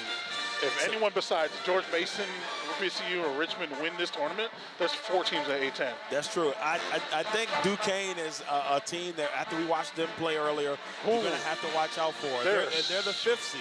They're a scary team. A team that I think that also could make St. Joe's. We're forgetting about St. Joe's. How can we forget about St. Joe's? Christ. St. Joe's? Can you imagine an NCAA tournament with 4 to 5 teams from the A-10? It would be nice. I don't know if the committee's going to be nice. I'm thinking big, boss. You know what I'm saying? You think big, you get big. You know what? I got this from a movie, but I love it. You think pennies, you get pennies. You think dollars, you get dollars. You can't let your imagination be your limitation. You just gotta go. Just give it all. You know I'll give you that. I'll give you that on 100%. And that's the thing. I mean, it's all she wrote here. You know, this is do or die for whoever, you know, is playing in each of these games. There's a strong chance, you know, this is different. You know, there's a lot of seniors that are not going to get that second chance. Some of them may not decide to use their COVID year. There's a lot that goes into it. So we'll be back here in just a second, y'all. Oh, well, looks like we're back, y'all. that didn't take long. Get your timing right, boss. Hey, look, I looked up. I said, oh, we got time. Nope, no, we don't. All right, so we got the fourth quarter about to get underway. That is, okay, so look at that. That's 3 teams in the A10. I had to look it up again, with 26 wins overall. Each of those teams have 15 conference wins. Yes. So they have strength of schedule, strength of conference right there. And then you have another team with 23 wins right behind them in George Mason. If none of those 4 teams win this tournament, you're looking at 4 to 5 teams from the A10 in NCAA, and I don't think that's a stretch. It's a good year to be. It's a good year to be an A10 fan. Agreed. I think the commissioner sitting right next to her, God bless her, almost getting taken out twice. I think she's she's been loving this. She has to be. She has to be. And it's a really good thing for the A10 if they can get 3 to 4 teams in. Really is going to help the conference out. So here we go. We're back, fourth quarter, 56-45. Put some respect on the women's basketball main game, right? George Washington is up by 11. Ooh, Gray with the crossover. Oh, good pass. What a pass by Gray, but it goes off the hands of Martinez. Not loose by Brown. Brown's got them live hands, man. Now Gray working against 2. Ooh. Oh, that was a great job there by Simon. Catching the air ball and just putting it right back up. It just kind of floated. And you see you kind of grab it and pick it up for 2. That's a hustle play. Because you she came straight from the outside from the 3 and just grabbed that air ball and just put it back up before GW knew what happened. So 56-47. Martinez. And guess who it is? Simon on the break, driving. Oh! The Euro step. That was beautiful. That was beautiful. Darrell Simon makes it a 7-point game. Oh, Lord Jesus Christmas. And this is why this game is not over just yet, ladies and gentlemen. St. Louis is a team, and they're here for a reason. Not just because they play the A10, but they have 3 15-point scorers for a reason. Ooh, almost lost control there. Was Ennis. Trying to lock back in with the 3-point. Brown. Nope, that's mine. Simon just took the floor hard on that one. Now Robertson going inside. Oh, no foul. They're letting them play. They are playing hard. This is a physical game. Now, I don't know if the game quality outdoes Fordham Loyola, but the physicality is definitely outdoing them right now. Ennis's jump shot from behind the free throw line is no good. And now here comes Calhoun. Calhoun up the floor to Gray. Gray looking, thought about it, drives inside near the A10 logo with the floater. She missed it. Tyler will get the rebound. You got to finish at the basket right there, especially this late in the game in the fourth quarter. Those shots right there that close, the one-handed floaters off the backboard, shots that close, you just got to finish, especially if you want to pull back ahead and advance to VCU. Woo! Jesus Christmas, now you almost get taken out. Yo. What? I blame the commissioner. I'm blaming the commissioner because you're too close. It's too close. You're too close, man. You're too close. So 56-49. That was crazy. Yeah, some 49er Washington Redskins flashbacks for you right there. Yeah. Stay away from me, Jimmy Ward. Stay away. I'm just saying. 56-49. 7 minutes and 20 seconds. Basketball guys got it out for you. And it's stolen by Locke. Locke has Robertson beside her, but she takes it all the way herself. Oh, maybe a bad. Locke's like, nope. Knocks it away and puts it in. No foul, no nothing. Yikes. They're letting them play. This is like, whoa. This is like elbow drops and body slams and rock bottoms out of nowhere. This is physical. It's like every other minute someone's hitting the floor. And Martinez will put it in for 2. 58-51. I don't think you just saw that. Martinez, as soon as she just made that layup, which Somehow she just got in the lane free of charge. But she immediately stared down Locke and said, what now? The look in her eyes said, I'm here. And we're not going anywhere. We're here for the chip. Gotta win the ship, baby. Robinson driving. Oh, Step back. Oh, God. I know why you just grabbed my wrist there. Because that step back three was about to be something. It looks special. Martinez pushing it up the floor. She loses handle. McMakin picks it back up. So now McMakin will have it. Looks inside to Kennedy. Good pass. Good awareness. And a good shot. Knocks it down for 3. Nice. It's St. a Louis 4-point is game. here, ladies and gentlemen. There's a reason why St. Louis is a high potent offense. And there's that pass right there from Kennedy immediately passing it out to Gray. So we have a 4-point game, 58-54. George Washington up, but a nice little run here for St. Louis. They've made 4 out of the last 5, and now they're down by 4 with 6 minutes to go. Yep. This is the type of game we wanted to see for sure. It's beautiful. I love every second of it because I gotta hand it to the refs though, because they're letting these ladies play. This game is physical, and I thought I was gonna have to wait until Saturday night to see some UFC fights. These ladies are just balling hard. Like there's a player hitting the floor at least, I don't know, once every 2 or 3 minutes. It's unnatural. Not to mention, you almost got taken out. Commissioner almost got taken out 3 twice. times. What's going on here? Three What's times. crazy? It's crazy. I mean, all I know is I saw my, how they say your life flash before your eyes. I saw the ball coming. You saw the Spalding flash before your eyes. I did. I tried to protect the tablet. It was too late, The tablet took a hit, but the tablet's back up, though. Yeah, I do want to give a shout out to the commissioner because she did try to protect me. I saw her put her hand out. So much I don't know love if to she the was trying to protect you or just having flashbacks, almost getting hit herself. I think that was more about herself getting flashbacks. But it's been great. It's been great. Wow. Well, and this is the first game we're calling this weekend. First game. We've got 8 more to go. It's going to be a great weekend. We've got 8 more to go. So glad we're here. So 8 more. So glad we're here right now. Oh, my God. Oh, Lord Jesus. It's going to be a great weekend. Well, y'all, look, we're excited. If you can't tell, we're excited to be extremely excited. I am so happy to be here. This is just, it's not to get preachy or emotional, but like, this is what we do for fun. This is what we want to do for a living, to eventually make a career out of this. And we're doing this just because we want to for fun. And this is where we've gotten to. We have put so much time and effort, everyone in this team, in this network, in this family, to just be here for just like women's basketball, college basketball, more than almost anything else. I'd say I would treasure this more than the time we've done for Redskins, Commanders teams. I would treasure this time way more than that. No offense to them. Like those drives up there, 2.5 hours are long.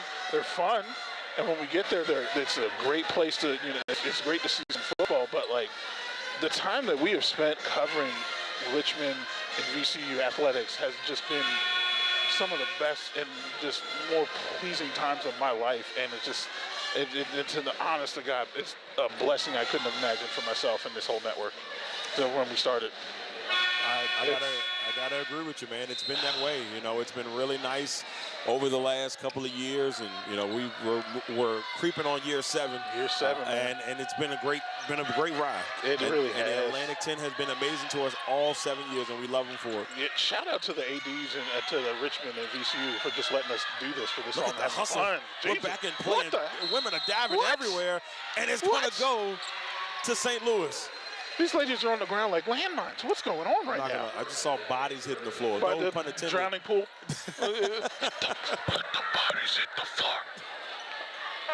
Not too many people get that musical reference, but if you do, I love you. So 58-54, and we have another timeout, but we saw a multitude of players just diving, trying to get to the basketball, and then eventually got a timeout called. Like 2 or 3 players each team on the floor right there. Yeah. Oh, God. It's a blessed life sometimes. You just got to count your blessings and enjoy it. Exactly. And we still got 5 strong minutes of basketball left in this one. 5 strong minutes, 8 more games, 3 more days. Touche. Oh, God. Not to mention, and I mean, of course, I got to say it, the food that they're giving us for free. Yeah. Chick-fil-A and Olive Garden for lunch and dinner. It's a good start. You darn sure ain't going to complain about no free Chick-fil-A. Yeah, and it's Thursday. We don't even know what they're going to bring for the weekend. You know it's not going to be Chick-fil-A on Sunday because they close. Facts. So you know they're going to have something good. So like, let's see what they got. Just if it's VCU doing it, it's probably going to be Pizza Hut or Domino's. So we're back, and from the timeout, a little bit of a bump there. We'll give George Washington the basketball. 5 minutes and 32 seconds, 58-54, and the Revolutionaries have the ball on a 4-point lead here with 5:30 to go.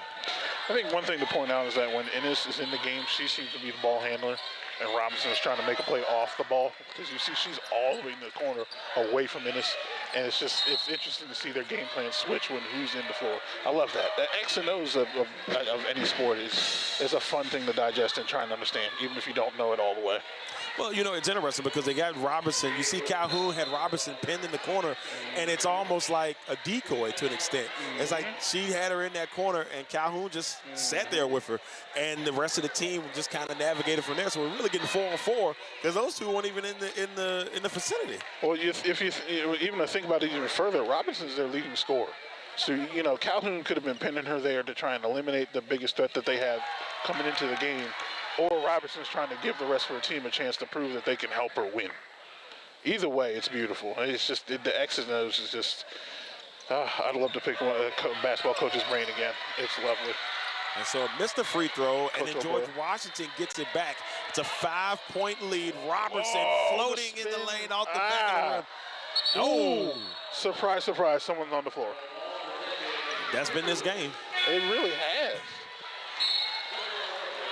So 59-54, 5-point lead. Martinez will head back in for the Billikens. And even with 5 minutes, this 5-point lead does not feel comfortable at all for George Washington. I think these broom sweepers under the baskets are like, do I go out now? Someone just fell. I just went out like 2 seconds ago. Someone fell again. It's like, what's going on here? They're going to have to pay him extra for this one. Hey, bro, they need at least, like, you know, cash at me $5 extra $10 for this game right now. They getting their workout right. Y'all giving out tips? I give them a tip because I know they're working for it. 59-54, 5-point lead. St. Louis with the basketball. McMakin, jumper, got it. Oh, good shot. Kayla McMakin. She had a hand in her face and everything, too. 3-point game, 59-56. Robertson being guarded by Calhoun. They've been going at it all day. Robertson driving, floating off the glass for two. Board. And a timeout. Well, wait a minute, maybe not. Uh-oh. Did the bucket count? That's what I want to know. Because Robertson made a face. That was a technical foul, I believe, against George Washington. Okay, I'm about to say. I saw the tee, and I saw them point at the bench, and they're still discussing it. And if that's the case, we're going to see St. Louis get two shots in the ball back. Oh, and who do they choose? The 83% free throw shooter in Brooklyn Gray. Oh, yeah, you can't go wrong there. You can't get too much better than that. Yeah, you can't go wrong there. And so now Gray. I'm about to say, that's the GW cheerleaders. It just knocks it down. Shocked me out of nowhere. 4-point game. Gotta make them free throws. Buckets, and she makes them both. So she knocks them both down. It's a 3-point game, and they get the ball back. So just like that, they could potentially have a 4-point swing, maybe even a 5-point swing. Yeah, the possibilities are crazy here. A 5-point swing to tie the game up with 4 minutes left. It's crazy. But in the way this game is going, it's definitely doable. Oh, it's 100% doable. 61-58. Calhoun over to Kennedy. To who? Canada. Calhoun inside Post too. Down low. Kennedy. Oh, God. Peyton Kennedy makes this a 1-point game. Robertson tried to go and she lost control. Good hustle. And Good now hustle from St. Louis. Now the Billikens are running up the floor to try to take the lead. We were just talking about a 10-point lead, and now McMakin gets it. She's going to head to the free throw line. So close, but she didn't make the shot. Drew the foul. You drew the foul. Worst case scenario, I'll take that. So you know McMakin Yeah, I agree 100%.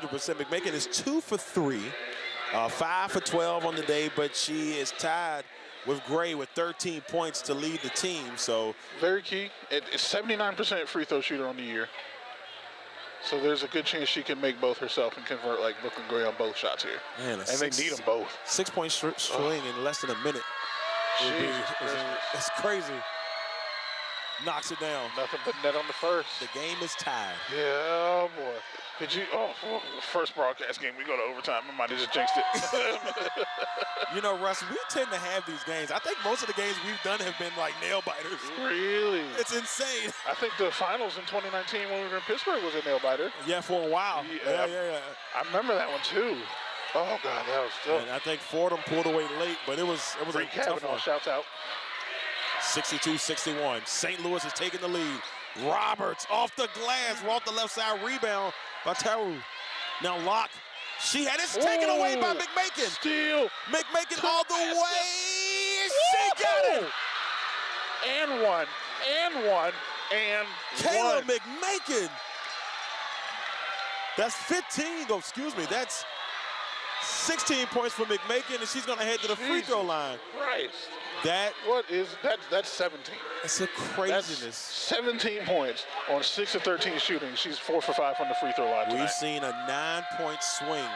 St. Louis is like, yeah, we're scoring. We're not giving this game away at all. It's a 9-0 run in just a minute. A 9-0 run has given St. Louis a 4-point lead. Oh, Lord, Jesus Christmas. I absolutely freaking love sports. It's the best drug in the world.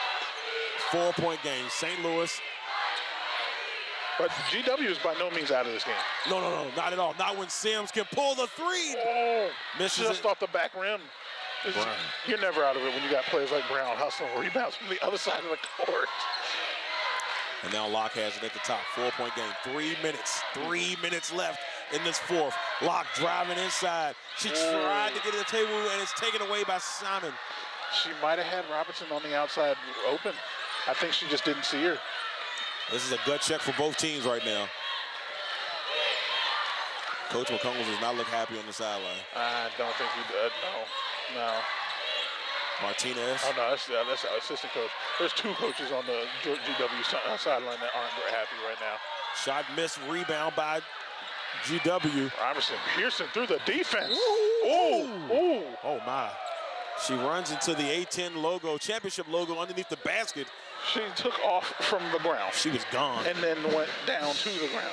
This woman needs some lessons on not getting on the floor all the time. She's putting her body through the ringer right now. So it's 65-61, and oh man, she need McMakin in the hip. Yay. Trying to make that happen. McMakin seems to be okay though, so it's. Oh Lord Jesus, this game is too much right now. So a little help from Lord Jesus Christmas. Help from the cheerleaders there to help Robertson out as she heads to the free throw line and she knocks it down. McMakin right above her season average. Kennedy right around her season average, a little bit lower. And Brooklyn Gray above her season average for points scored already too. She knocks them both down. I mean, she's having a great day. She's 6 for 7 alone. You gotta make them free throws. But now you gotta watch out. Ennis is on her 4th foul. She has 1 left to go, and this last 2 minutes can be key. 2 minutes, 17 seconds. St. Louis with a 2-point lead. You can hear the crowd cranking up here. And she got it! Kennedy! Draws the and one. Peyton Kennedy's gonna head to the line. Wow. I'll be honest, this crowd is not that large, but they're boisterous. They're very boisterous. Their voice is louder, is bigger than their attendance. I'll be honest. This crowd is here. St. Louis fans travel, and I love it. You can't beat the energy. You cannot. And it's a beautiful thing, too. Jesus Christ. Wait until we see the crowds for the actual hometown teams tomorrow. We're definitely gonna take a picture for you guys and post that on our Facebook because that's gonna be beautiful. It's gonna, especially Saturday and Sunday, if they can get that far. If they make it to an all Richmond final, this place is gonna be standing rocking. 68-63. Ooh, good rebound. And Ennis is 3, no good, but an offensive rebound by Tyrell. Sims will hand it over to Ennis, back to Tyrell, and a foul is called. Now, they haven't called a lot of fouls in those type of situations today. I mean, they've been in the free throw line, but they didn't let that one go. So with 1:48, we got a 5-point lead. It seems like they are calling a lot of less physical fouls. Yes. Because, like, Ennis is, like I said, she's on her last foul. And, like, as a team, GW has 12. And then St. Louis has 13. So, like, they've been letting them play in certain, like, more physical areas. But then the lesser contact calls, that's the one that they're blowing the whistle on. And I still can't complain about it because they're letting them play. Taywu missed both free throws. Ennis with the putback. And that's going to be on Simon. She wanted that. But Russ, this goes back to what you've been saying, man. The free throws. You make those 2 free throws, it's a 3-point game. But if she makes these 2 free throws, it's still a 3-point game. Well, if she made them before, it would have been a 4-point. Right. So in a sense, missing it and them getting a rebound and drawing another foul almost helps them get a chance to get closer with less time off the clock. If we're thinking analytically there, you know what I'm saying? Right. And she makes the first. So 4-point game, 1:46 left. I think they just took Simon out for her fouls too as well. She's on her 4th foul too. That could be big. Oh, and she misses. Yes, misses that one. Gotta make those. 68-64 here in the 4th. 1:35. Driving Martinez off the glass, rolled off the front. Rebound by Table, and I think that's an over-top foul. Yeah, I think that's an over-the-top foul there. But I mean, St. Louis for the last 3 or 4 minutes has been living off of that drive to the right of the basket, drawing and one, and making it. And they've been living off of that. And GW has not had an answer to stop it when they finally got a missed shot there. Taywu will head to the free throw line here, and she misses the first. Oh. Ladies, what are we doing here? She is 0 for 3 from the free throw line today. GW is 1 for their last 8. She knocks it down. In field goals. That's how they are. That's one of the main reasons why they're losing this game. 1 for the last 8. If they made 2 of those shots, they would be. It's intercepted by Robertson. What a diamond effort! McMakin gets it back. And so McMakin is going to head to the free throw line. Now, this could have went a couple of different ways, though, Russ, because, I mean, this foul could have went either way, in my opinion. I'm just going to put it that way. I mean, Robertson, first off, intercepted the pass. Yes. She couldn't hold on to it and then lost her balance. Surprise. Again, shocker. She ended up on the floor. And then McMakin ends up on the floor trying to get the ball back, and she gets fouled on the floor trying to get the ball up to someone else to keep the possession. Just all over. And I just saw Dayton on the sideline scouting too as well. Knocks Buckets. it down. McMakin making them threes. 79% shooter on the year. Love it. 4-point game, 69-65 to make it a 5-point game. She does. Hopefully Justice can still get the interview with her because she asked her before the game. Yeah. I know. She might be too hot. She might be too hot. This will be the time. 5-point game. 19 points, 20 points actually for McMakin now. For 3. Sims misses it. Rebound by Simon. Interesting call by the coach to play Simon with 4 fouls. So Simon now will in a little trouble here. She tries to get it to Kennedy, who gets stopped in her tracks by Brown. Swings it over to Gray. They just want to slow it down now. Now Calhoun slow it down now. will move it over to Simon. Now Simon gets tripped by Robertson. 47 seconds and a 5-point lead for St. Louis. She grimaced a little bit, but I think that might have just been because she landed on, her stomach or hip landed on the ball. This is a hell of a first game here, boss. It has been a doozy. Here from the Henrico Sports and Entertainment System. I said system center. This is the second time I said system. Henrico Sports and Event Center. Yes, and it's been great. Shout out to Henrico Sports and Entertainment Authority, though. Yes, they've been amazing. For building this, again, I can't say it enough, for building this arena and these courts and hosting this tournament. I can't wait to do it again next year because guess what? They're coming back in 2025. Yeah, so at least we know we got next year for sure. Yeah. Save on gas again. Wonder where 2026 is going to be. Man, just go ahead and lock it in for 10. I mean, I'm good with it. I mean, do this. If anything, do the same thing that, I forgot who it does, but someone rented out the, Madison Square Garden for like 10 years straight. I think the Big Ten does that. I think the Big Ten does Was it the Big Ten? It was Big Ten, ACC, or Big East. One of those like big conferences, Power 5 conferences on the East Coast. I know the Atlantic 10 is usually in Brooklyn. That they eventually, occasionally, will come down to DC. Yeah. The ACC is usually in Greensboro, but this year it's in DC. Somehow every year it's DC sneaks in one of the tournaments. I don't know how they do it. But yes, I believe it's either the Big Ten or the Big East that may have it locked in for that time frame. Just lock this in for the next 10 ladies tournaments. I'm good. Because this is beautiful. It's just big enough to hold all these wonderful fans, but it's also small and cozy enough to enjoy the action. Exactly. It's the perfect. I can't think of a better arena right now for college basketball for women. It's been a lot of good energy.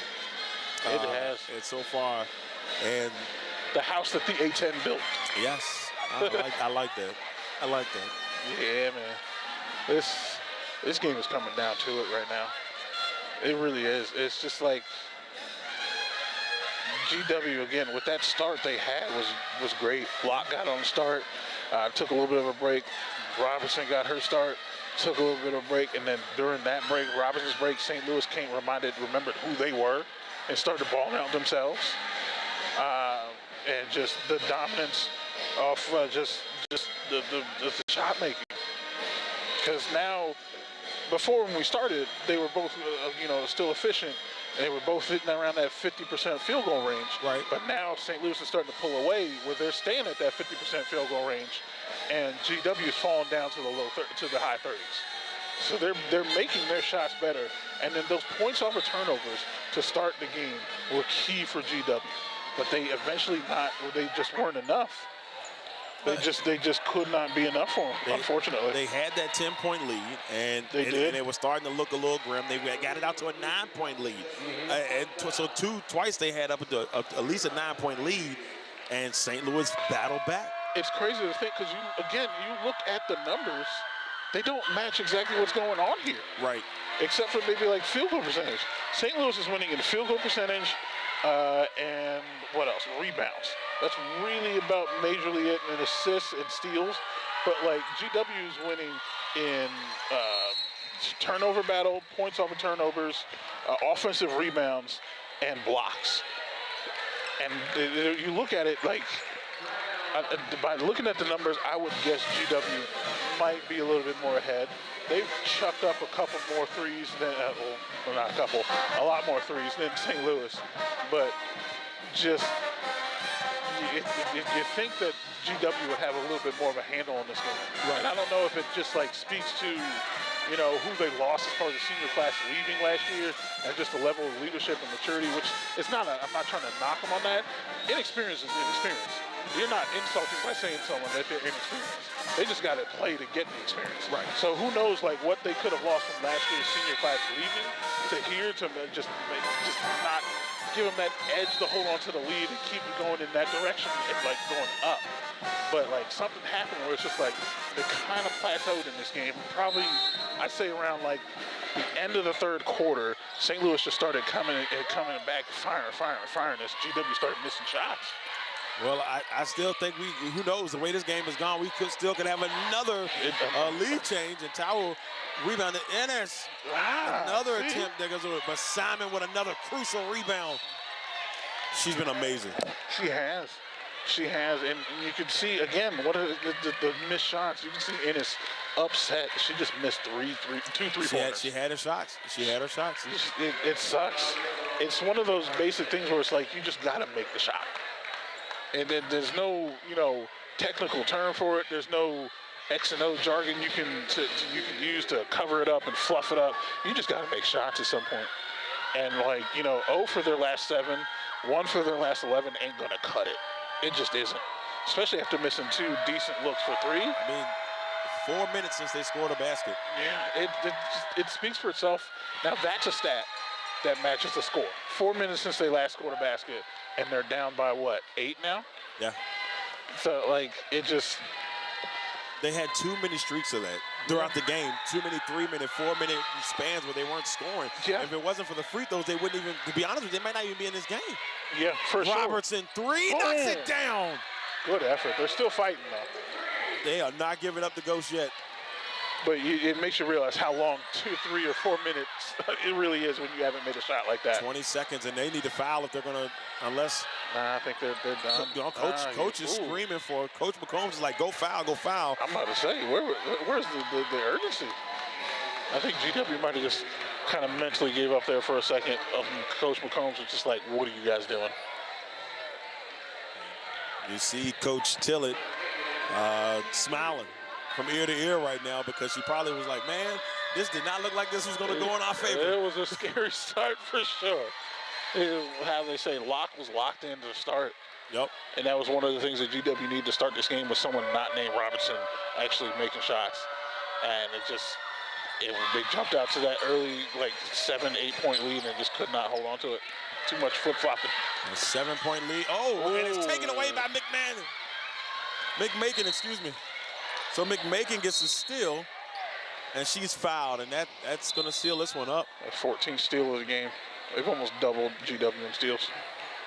It's an amazing performance by St. Louis because we said it. I mean, they just were out of it a couple times, and they may end up winning this one by 9, maybe 8. GW took advantage of St. Louis's turnovers, but St. Louis took advantage of GW's just lack of shot making. St. Louis had those runs where GW was 0 for the last 7, hadn't made a shot in 3 or 4 minutes. And again, it makes you realize how long 3 or 4 minutes really is when you can't make a shot to save your life. Oh, they went on that 9-point swing. That changed everything. The score was 61-56. At the start of this fourth quarter, and that 9-point swing changed everything. It really did. And McMakin misses the free throw. A 9-point swing, not just even in one possession. It was like a 9-point swing over like 3 or 4 possessions, which drains you even more because then you're just not making shots and you're watching them take over the control. So McMakin, who before these 2 free throws was 9 for 10 for the field, will fall to 9 for 12. But 22 points for Caleb Nobody's McMakin. Perfect. McMakin is, I'm telling you, she's going to be a problem throughout.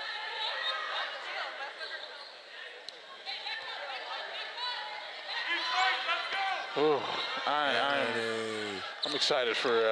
And this is a smart move right by Gray. Gray's going to hold it out. Matchup. Ladies and gentlemen, the St. Louis Billikens, after being down 9 at one point and being down 10 at one point, come back to win this one against George Washington 75-68. And their prize, they take on the number 2 seed VCU Rams tomorrow at 5. Yep. Yeah. I don't know if it's a compliment to say that they earned it, but they definitely did something. That's for sure. And they definitely did. So congratulations to St. Louis. Real quick, we'll go over the points.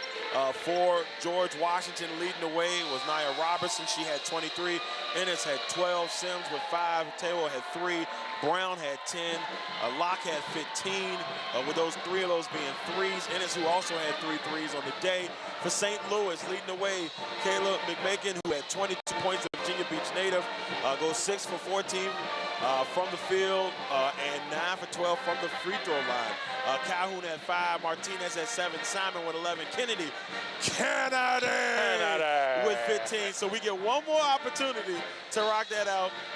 At least Gray had 13. And then Shevers, who scored the first 2 points of the game, had 2. And we didn't see her get any more points after that. But congratulations to St. Louis. Yeah. Yeah, VCU was here for a little bit for most of that game to scout their potential competition. Dayton showed up in the second half to scout just because. But like it was an intense, hard game. And I think you got to give props to the refs for letting them play that hard, too. Exactly. That was crazy. It was a physical game all the way throughout, and then at the end, maybe we saw a little shifting here and there. But in the end, the St. Louis Billikens move on. They'll take on the VCU Rams at 5 o'clock. Congratulations to George Washington on a great season. I know it's tough right now, but you fought hard throughout. They finished the season 13-8. They went 6-12 in the A-10, but they played hard. They played hard. St. Louis wins their 16th game of the year. They'll move to 16-17. I'm Darrell Owens alongside Russ Taliaferro. We'll be back together tomorrow when you have a 3-man team. It'll be me, myself, Rob, Russ on our first broadcast tomorrow at 11. But next, we got about 20 minutes, and you'll see myself and Lamont Thomas bring you Rhode Island versus Dayton. Until then, I'm Darrell Owens, Russ Taliaferro.